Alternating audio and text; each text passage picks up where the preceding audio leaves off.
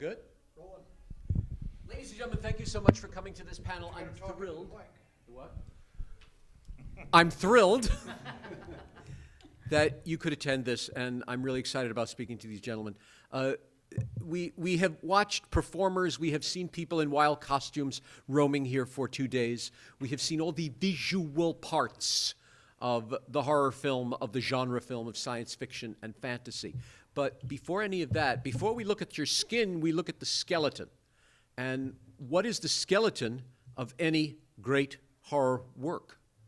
Is it the camera angles? Is it the costume? Is it the music? What is the skeleton? There you go. There you go. The storyteller, the writer. And we have 4 incredible storytellers with us. All the way far on that table, but still he's taller than I am, is Owl Goingback.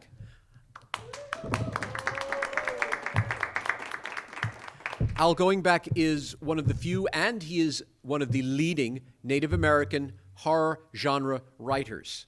His work is so vivid that, and he'll probably tell the story at some point, of a video game company, or no, was it a toy company? Video game company that decided to take his characters from one of his book and make them a video game, and thought they didn't have to pay him any rights because it was so vivid and so real. They thought it was a natural Native American legend and did not have royalties attached to it. Next to him, from outer space, is John Skipp. The term Renaissance man is used abusively, from what I've discovered, because when you meet real Renaissance men, you know what they are like. Skipp has written musicals. He has written and directed and produced films. He was in a band. He was a rock star. He wrote a musical about my favorite adult movie, and he is also a prominent and celebrated author. And the first time I met him was now about 2 or so years ago, and to prepare, I read one of his stories. Now, I'm not scared, but I read a short story of his about the vengeance an audience took on a clown. Depresso the clown. Thank you. And I closed the book after that, and I could not sleep. So when, aside from The Renaissance Man being a great title for him, Master of Horror is another one. Next to him, looking ever so coolio, is Vincent Venicava. As coolio as he is, his work is hot, it's frightening, it is intricate, and he understands his audience beautifully. He writes novels, he writes short stories, and he has published his own comic book, which you can find on his table here at FearCON. This is an individual who understands the audience and knows how to scare them. Finally, at the end here, we have my buddy Rollin Jewett. Rollin is another multi-talented individual. He writes books. He writes short stories. He wrote the screenplay to Carmen Electra's first movie, American Vampire, which starred Adam West. He has some interesting stories about that, which made me blink when he wrote them. Rollin also has the distinction on this panel that he understands live theater also.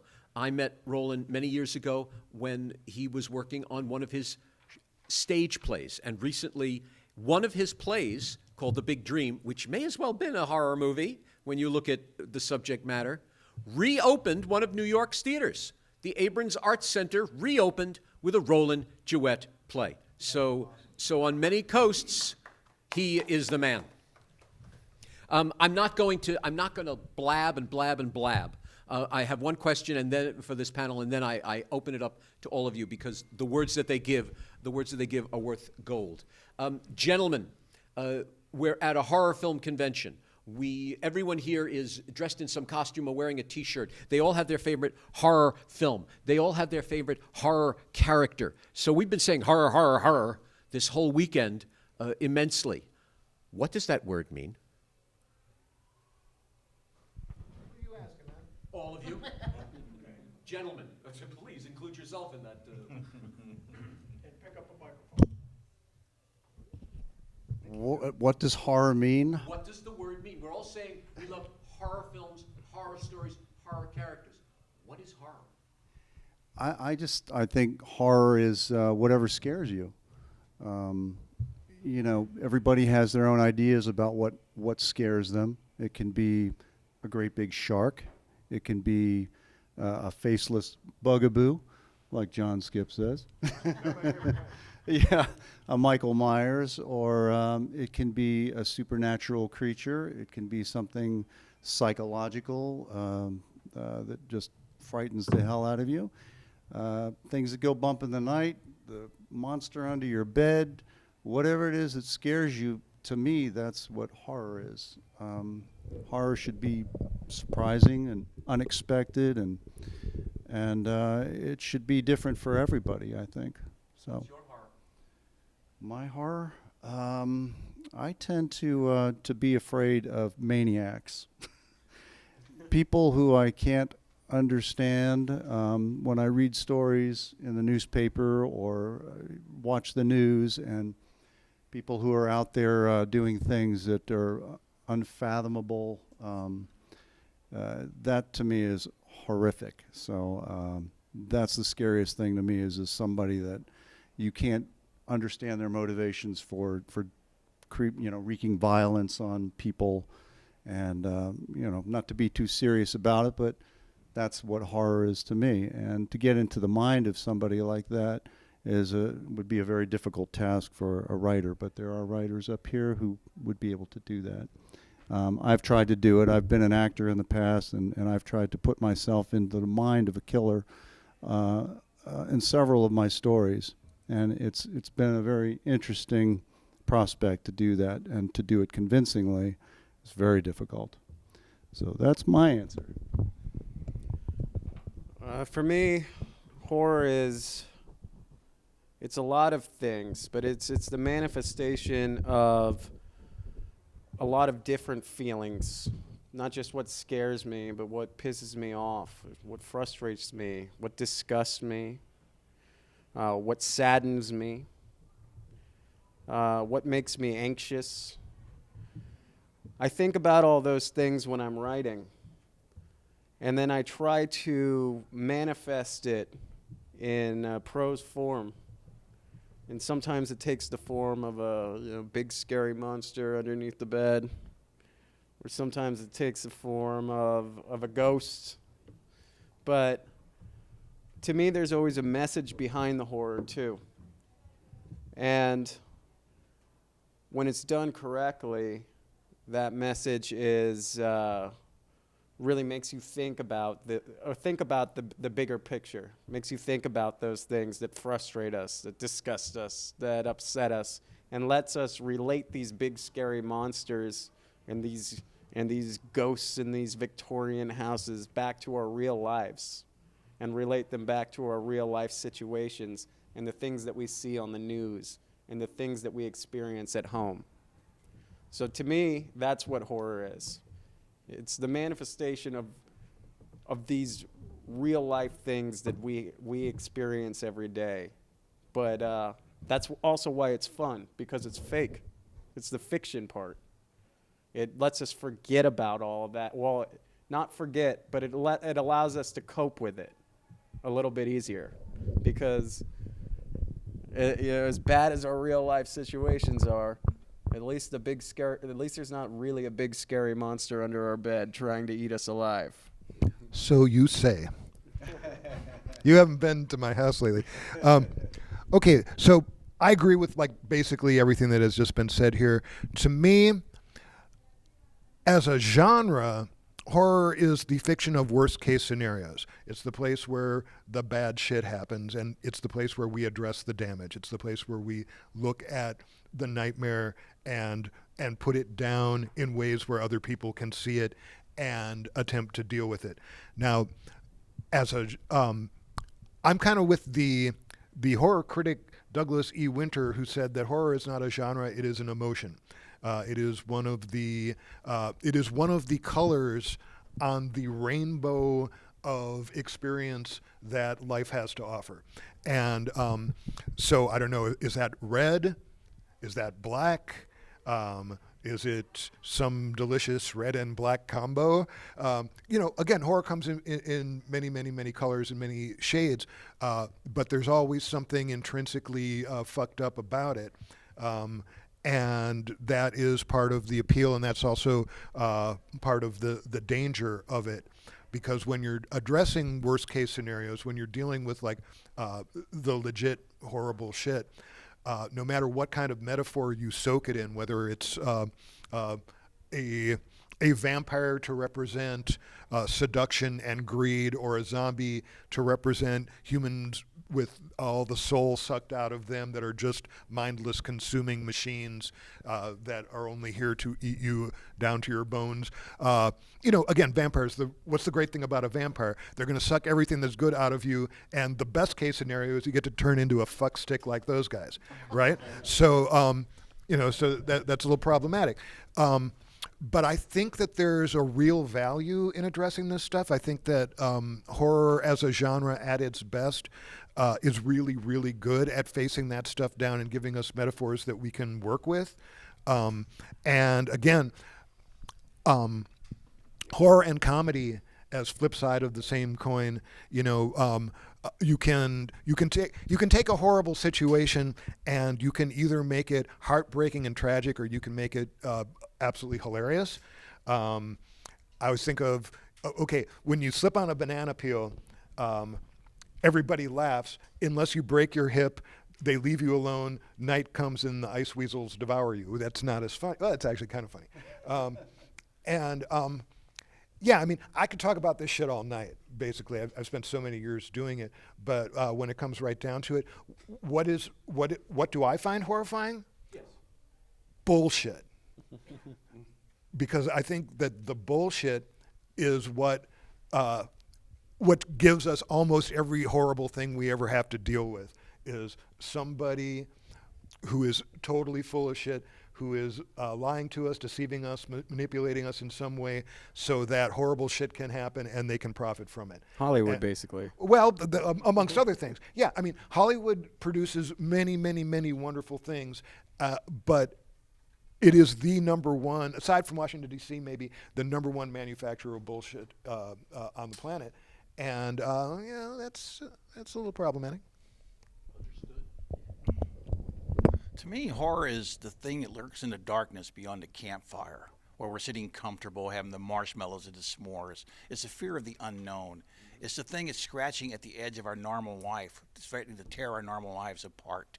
Horror is that emotion you feel on a roller coaster right before you drop over the edge, when you know your life is no longer normal. That motion that gives that tingle in the back of your neck, or the feeling in the pit of your stomach. We're all living fragile lives in this world. Anything that upset that is horror. I mean, anything that threatens our family, our safety, it's the unknown. It could happen tomorrow.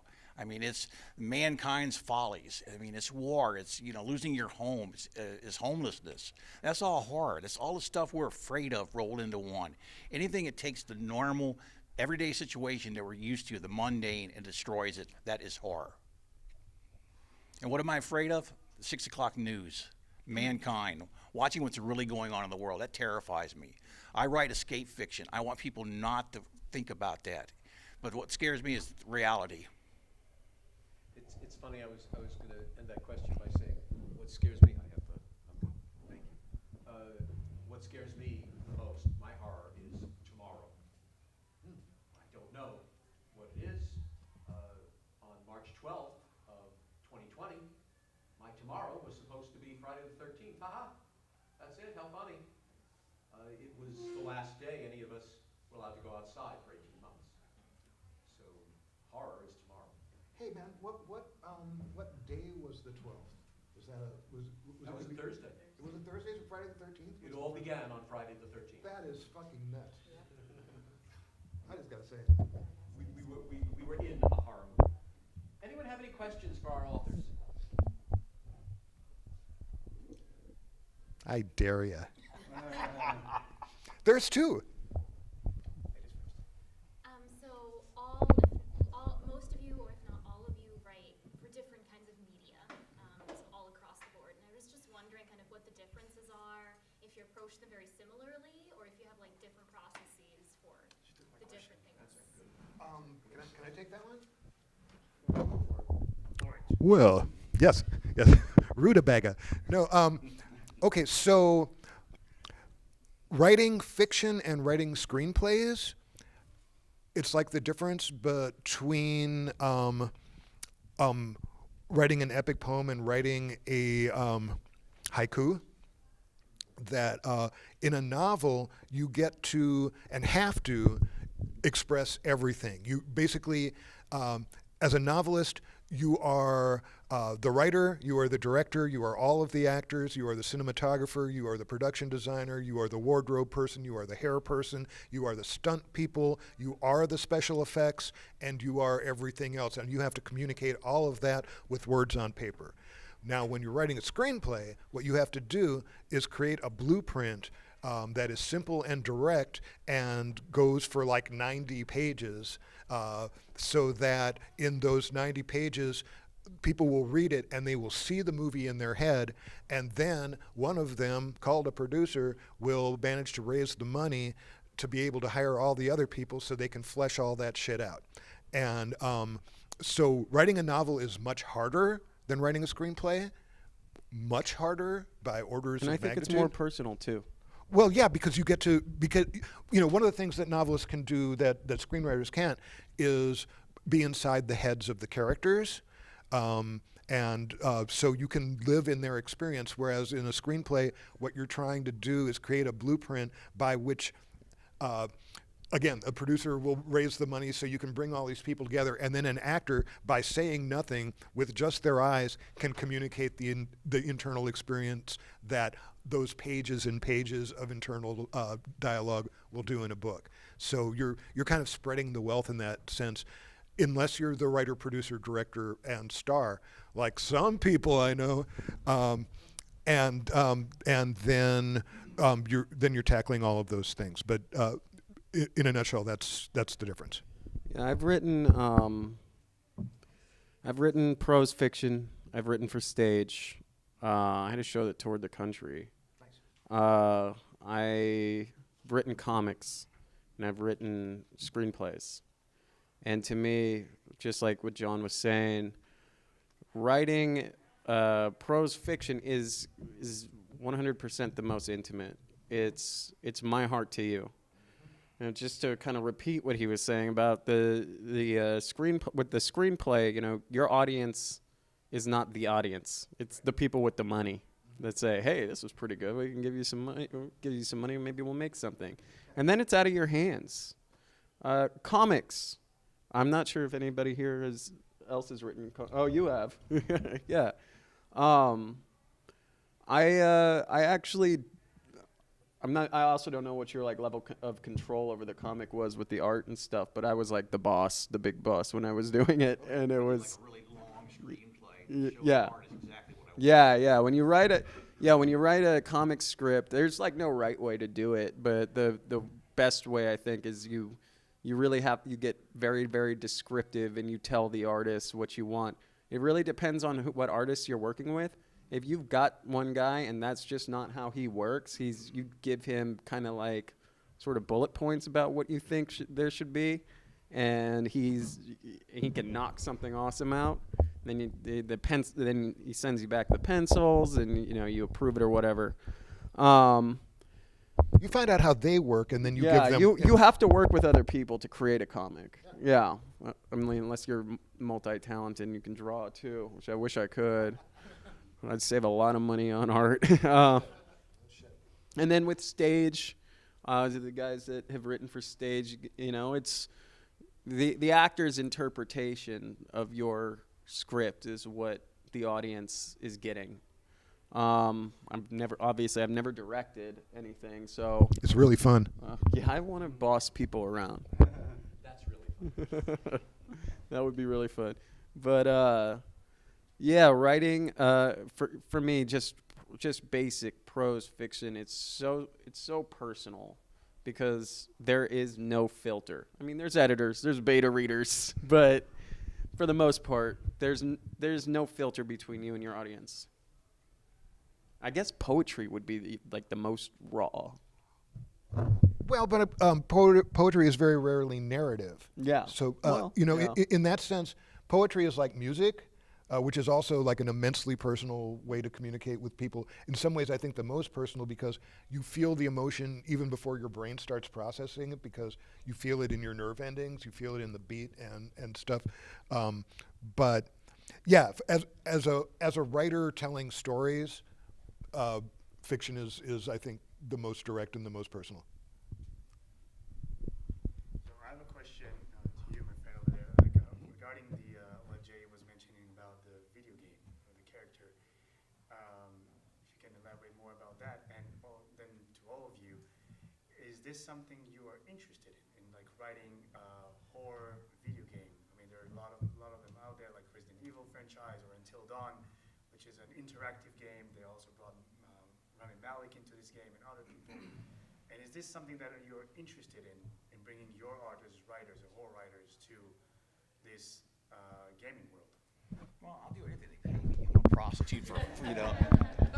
But my personal story is my first novel with Crota, which won the Bram Stoker Award for Best First Novel and was nominated for Best Novel of the Year, is a story about a large prehistoric creature living in underground tunnels in an ancient city on Earth. It's a creature that loves to hunt and kill for sports. The company who did Halo came out with an extension pack called The Crota's Lair about a large creature living in underground tunnels in an ancient city on the moon. Yeah, very familiar. But they put it on the moon. Now, I know why they did it, because everybody who reviewed that book said Crota was a creature of Native American legend. It's not. I made it up. But I surrounded it by Native American legend and folklore, so everybody who reviewed it said it's a legend. I've actually had 2 people come up to me at a powwow and say they saw the Crota walking around the Ocala National Forest. And they go, it's real, right? And it broke my heart to tell them, no, I made it up. But then I was like, but there's other things out there. Maybe you saw a Sasquatch or a skunk ape. But everybody thought it was a real Indian legend, so they figured it was fair use in public domain, and that's why they took it. They made millions off of it. I've seen T-shirts and hats, and I've seen vinyl pop figures of Crota, which really broke my heart.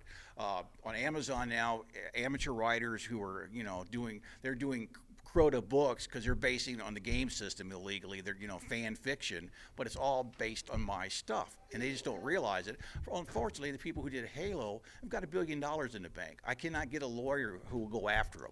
I mean, they'll say, yes, intellectual property, yeah, it was stolen, and then they realize who they're up against, and they know they can't win, because they'll just keep sending letters and nickel and diming until you give up. They will paper you out. Exactly. Now, if somebody came and said, hey, would you like to do it for a game system? Yeah, because I would like to make a few of those millions. It'd be kind of nice. But yeah, nobody's offered that yet. They just take what they wanted to. Yeah, it happens, Hollywood does that really bad to people all the time. Yeah. Experts at the hose. I think games are cool, but I don't play them, so I'm probably not the guy to design one.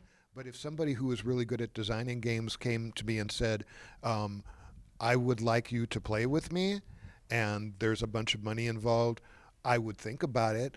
I like the immersive world. I like the direct involvement of the player. I think that's a really fun thing, but it's just, it's not a modality I know. There are a million people more qualified to do that shit than I am.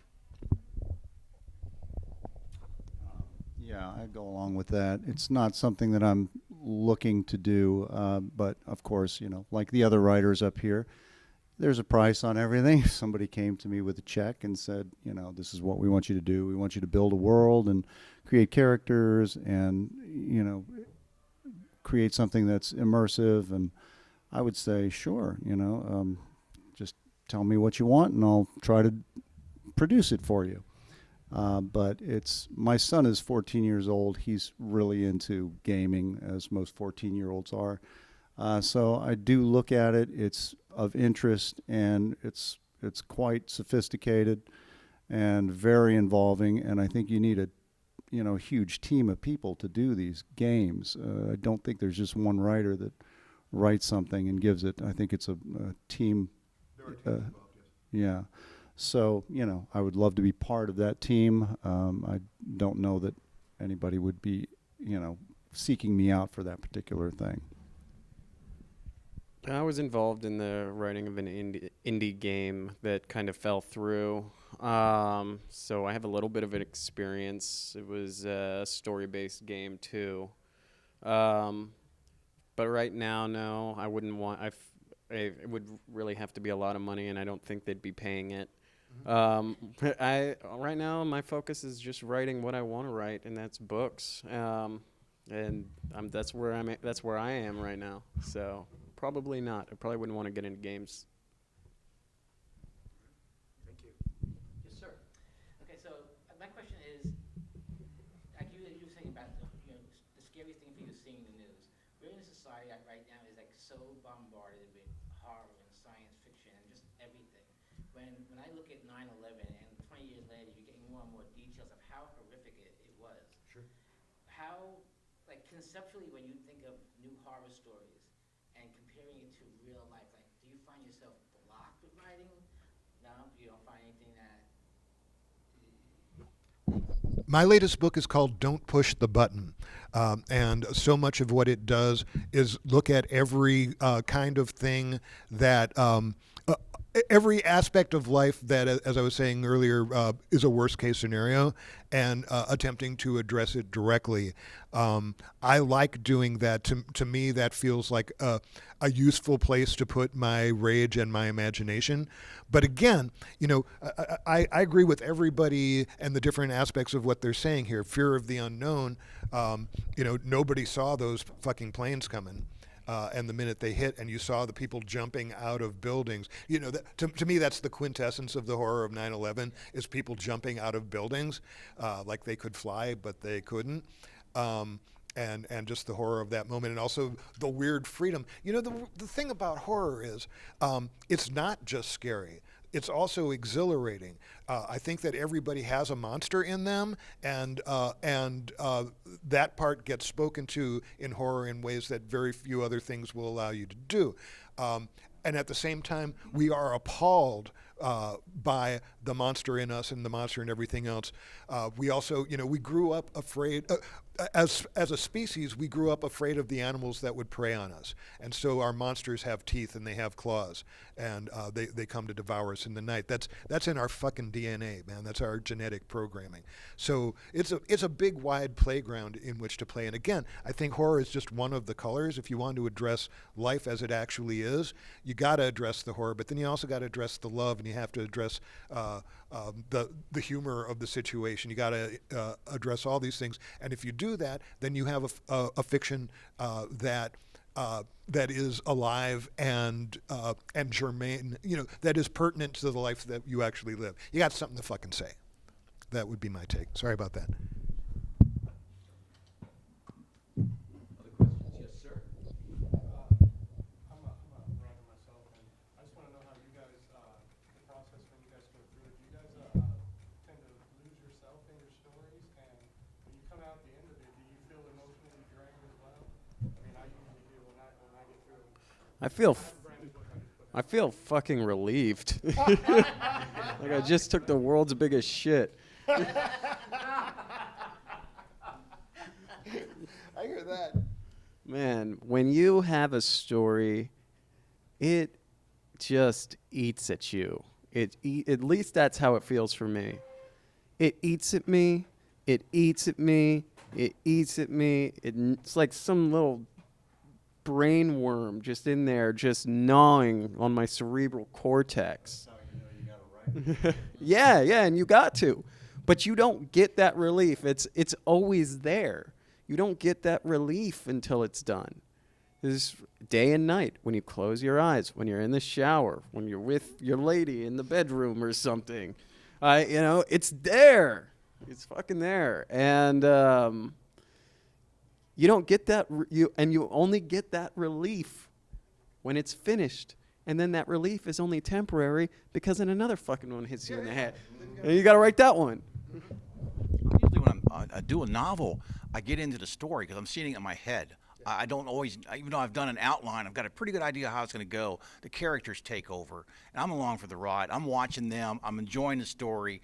I'm very superstitious. I won't write just for fun. John died, because in my brain, he's died. I've ruined the story. Right. So I'm writing that roller coaster with them to the very end. And when I'm done with the book, I walk around and weirded out for like 3 days because I don't want to leave that world. I just spent so much time and invested so much detail in my life into it. My wife comes around like, leave me alone, don't talk to me, my head's messed up. But I've enjoyed that ride with them, and they've given it to me, so I'm rewarded that way. But yeah, it takes about a week to recover from it. We're all different and we're all weird. Well, I write poetry, I write screenplays, I write short stories, I write songs, I write, everything that you can write, I write it. And to me, the story dictates how it wants to be told. If it's, I know instinctively in my head, because I've written enough, whether this idea is going to sustain a screenplay, or if it's meant to be a 10-minute play. The idea itself is how you manifest that idea is the medium that it's going to take, the form that it's going to take. So it's so many different ideas create, where you want to go with it. So when I'm finished with something, I wait a little bit of time because I have to digest what I just did, and then I move on to the next thing. And it feels good to have something out there and finish it and submit and then move on.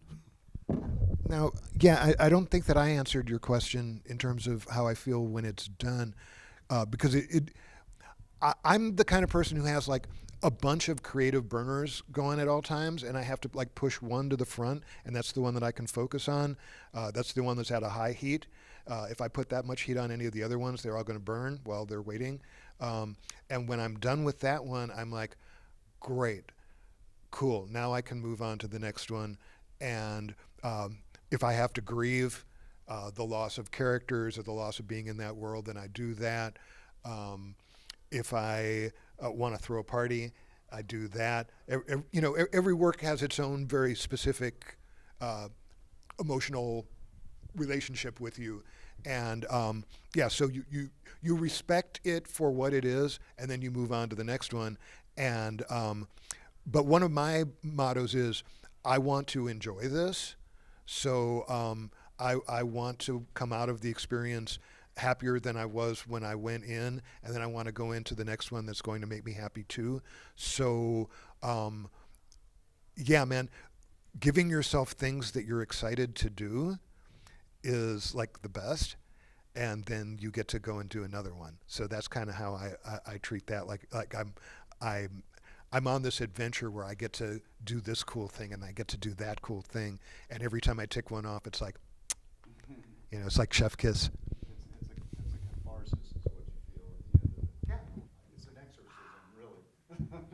I got that out of me. Now I can move on to the next, demon. You basically answered a question I was actually going to ask, is like what do you feel inside when you write? I think I've heard myriad answers to that. Other questions? Yes, ma'am. Do you have a favorite type of horror genre you love to write about? Like a specific type of monster? I don't write about monsters necessarily, but the type of stuff that I write, if you call it horror, is more like along the lines of Twilight Zone episodes.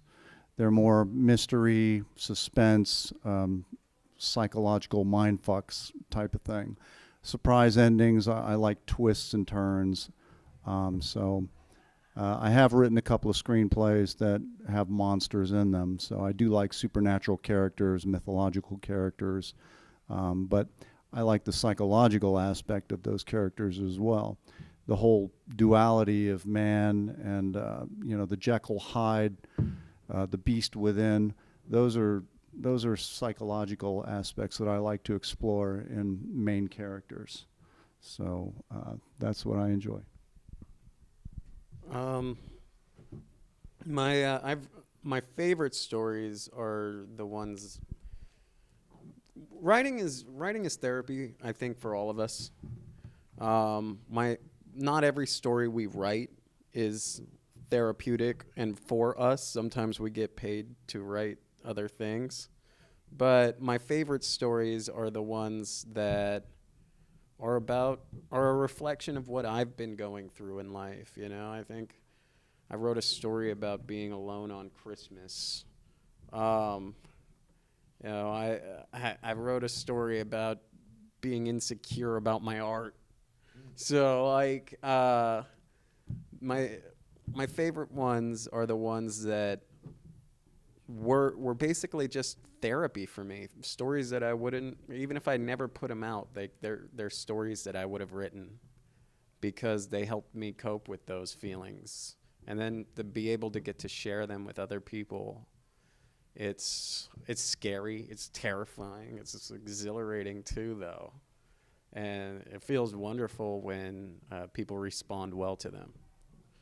Yeah, it stings when people, don't like them, but then you just say, "Oh, that guy's just an idiot." What does he know? Or it's just like, well, I guess that one wasn't for you, you know. Okay, so I have never really thought about that as I go into writing something, but as I look back over my work, I realize that probably two of the main threads have been deal with the devil stories, where something comes to tempt you and it's going to take you away from your best self, and if you go with it, or it is tempting other people and taking them away from their best self. For some reason, I spent many years cycling through those kinds of stories. These days, I'm mostly writing about fractured selves and the sort of again, the sort of Jekyll and Hydean aspects of us, because we contain multitudes, right? And some of what we carry around with us is going to take us in beautiful directions, and some of what we carry around in us is just made of hurt and damage. And the attempt to reconcile the opposites and become a whole person, I think, is the thing that I find myself writing about most. And there are a lot of monsters and horrors in that. So it really comes down to, one way or another, confronting ourselves. Because I think that the real war that the human race faces is not against each other, but it's against the madness inside ourselves. And so that is the thing that I think ultimately preoccupies. That's the firmament from which all my shit springs. I'm always reading for weird stuff. I love folklore. I love urban legends. I love historical events. Anything that'll spark an idea for a story. I love monster stories. I love the traditional thing from the darkness terrorizes the family. But I'm always looking for a unique spin on that. I've done a lot with Native American culture and folklore. My book Darker Than Night was inspired because I was reading a book about this lady in Spain who had stains forming on her kitchen floor, on the tile floor. And as the stains darkened, they turned into faces. They dug up the tile floor, replaced it. Same thing, stains darkened, turned into faces. They dug up the entire concrete, and they found out her house was built over a medieval cemetery where people were buried from the Inquisition. And the pictures of these faces were incredible. And I thought, what would I be doing if I'm sitting here having my cornflakes in the morning? I look down and see these freaking faces looking up at me. So it inspired the story, and I tied it in with Hopi legends, because Hopi believed that we live on the 4th level. There's 3 levels below us, and we came up from the 3rd level through an opening called a Sipapuni. I said, well, what if we came up to this level of mankind, and there's these little things with the faces are actually the creatures that we left behind. They're trying to come through into our world. Yeah. So I got to combine legends of stuff that happened. Reality is this lady in Spain with Indian legends. It all worked out. It gave me a new spin on a new creature that I could use. I love that. It was fun. It was That's great. Cool as hell. Are you the kind of person who sees faces and shit all the time? I do. Yeah. I wrote a poem about it called Faces. And if you look at anything long enough, you can see faces. That was the poem. Well, part of the book was the creatures were shadowy creatures out of the corner of her eyes. And a lot of people freaked out reading this book because they're reading the book and we see stuff out of the corner of our eyes. So in your living room late at night, midnight, reading a scary book, and you'll see something. It's like, did I see that? So that was the whole concept. These creatures are little shadowy creatures we can only see from our peripheral. I had a friend of mine who was quite religious, and he said those are ghosts. They're all around us, and every once in a while they come close enough to look at us that only in the corner of our eye can we see them, and when we turn, they disappear. So that's very cool. Chickens. Thank you. Other questions? So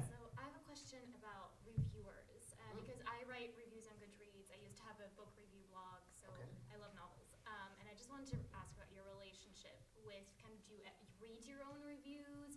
Do you stay away from them, like, at all price? Like, how does it work for you? Like, what is your relationship with that? Okay, because I've probably been at this the longest. When I was younger, I took them very personally.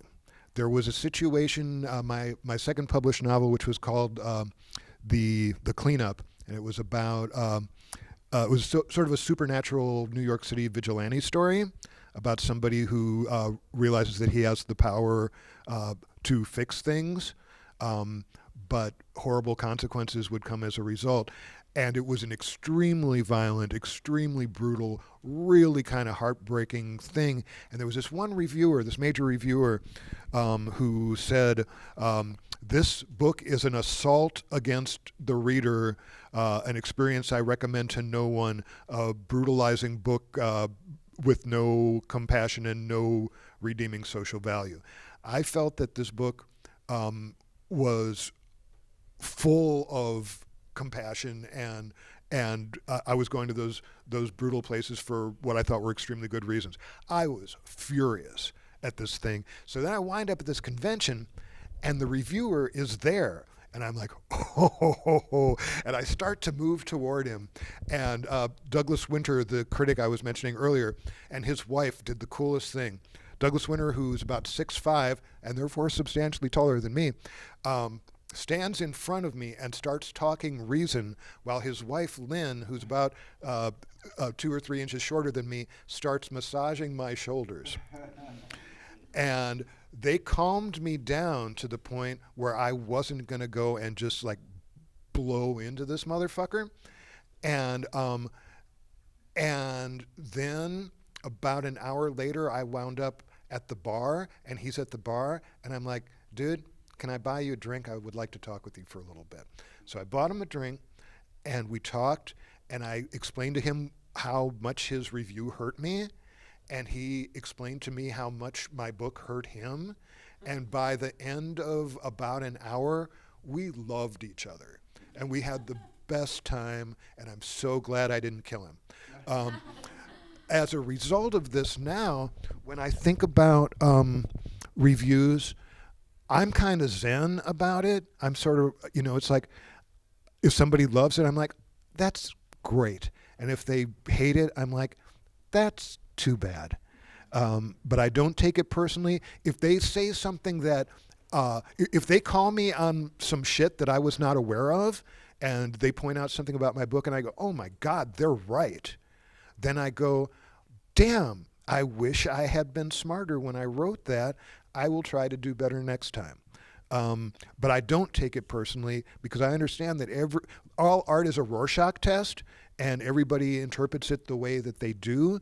And once I make the thing, how you feel about it is not my problem. It just isn't. So whether you love it or you hate it, I hope you have a good time, and if you don't, I hope you go find something you like better.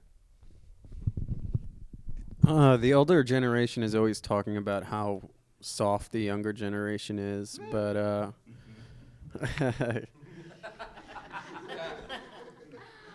like, y'all have no idea.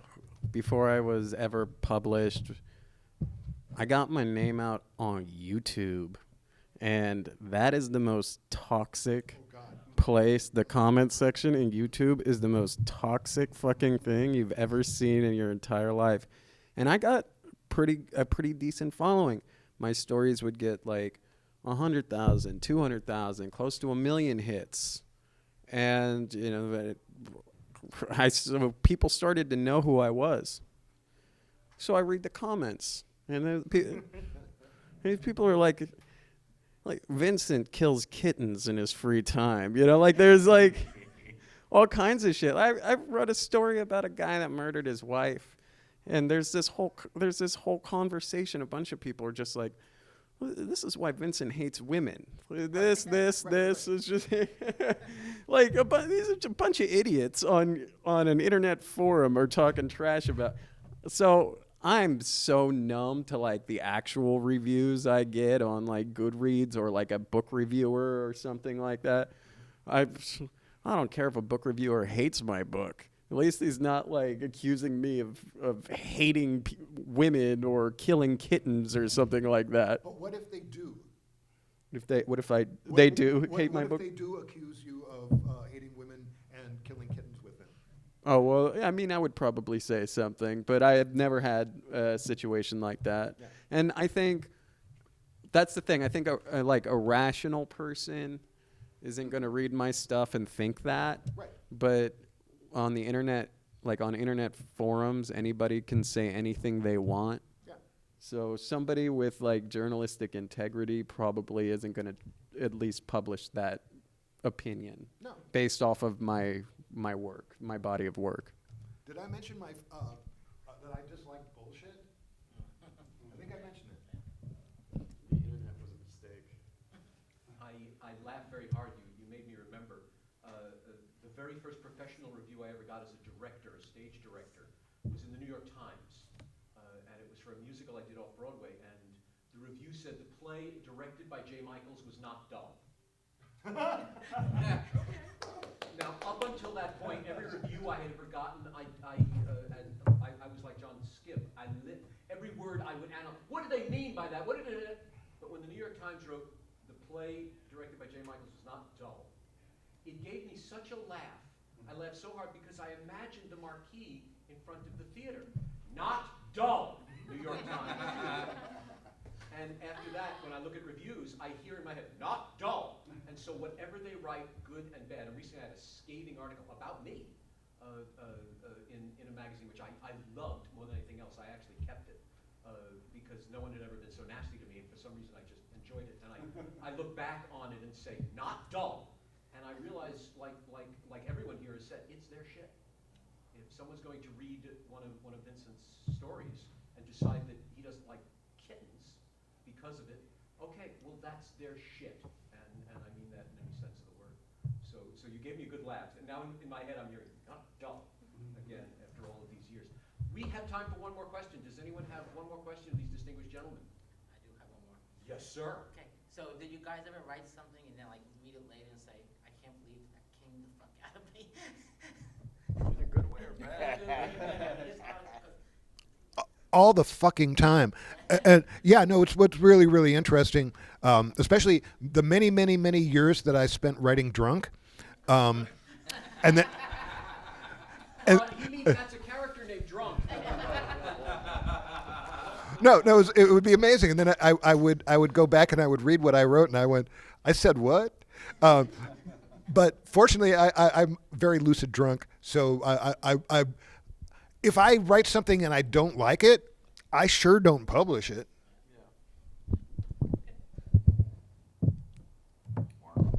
Even the opposite. I've had people write me and take a passage from one of my books and say it inspired them. And one guy put it up on a mirror above his bed, and he read it every day. And his brother saw it and copied it down and read it every day. It's from the book Shaman Moon, which I wrote for White Wolf, the gaming company. And I'm looking at it and I said, well, that's wonderful. I don't remember writing it. It's in the book somewhere. But it meant something to them. As writers, we throw rocks into water, and we make these ripples that go out. I had a guy who read Crota, the first novel, and he taught himself to read. And he was inspired by this book, and it's being set in the same area where he grew up, that he went on to become a deputy sheriff and do something with his life. So you never know, as a writer, you might get people give you bad reviews, but you might inspire that one person. Or that one line you don't even remember writing, it might mean something to somebody out there. I love that. And it's true. Sometimes I write something and I'm like, this is money. This is incredible, and nobody cares. And sometimes I go, whatever, this is a piece of shit, but pay me. And I put it out, and I just like, everybody's like, oh, that was awesome. I love that story. And then they come up to me at like at a con or something, and they tell me, oh, that story, I remember it. And the whole time I'm just thinking, like, why does that have to be the one you know me from? Just lucky, I guess. At least they're doing it for something, right? Yeah, no, it's so weird. You know, Don't have any control over what people are going to like. That's the thing. It's all their thing. Probably the crappiest thing you can write. People are going to love. For the right reasons. Exactly. You put something out that you think is, like you said, golden, and it's the best piece of writing I've ever done, and crickets. And then you put out something that's, oh, what a piece of crap, but it's an idea, it's kind of funny, interesting, whatever, and people go nuts over it. So you just never know.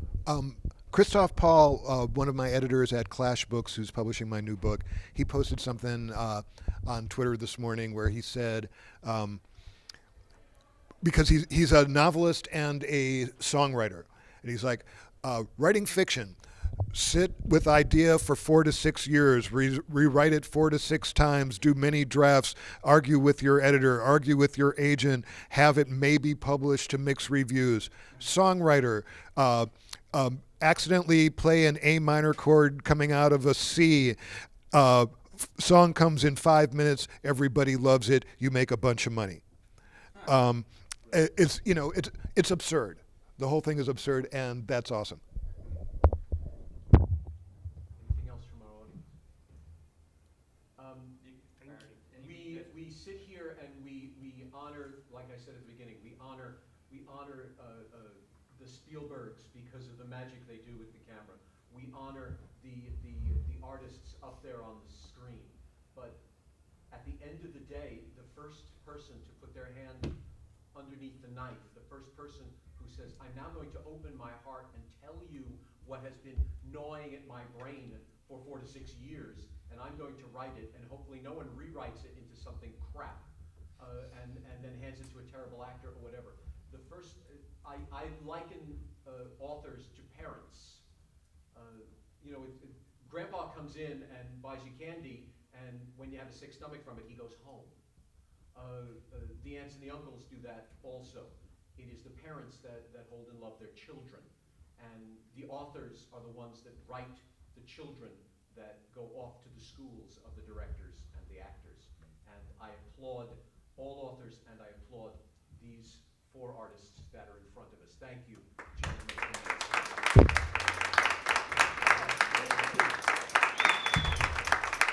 They all have tables out there, and their books are there. So all the things that they've been telling you are in their books. Go buy their books. Thank you. My books are all gone, but I'm selling Stein goldfish crackers for $5. And he's doing it drunk. That's the character. Who's the drunk?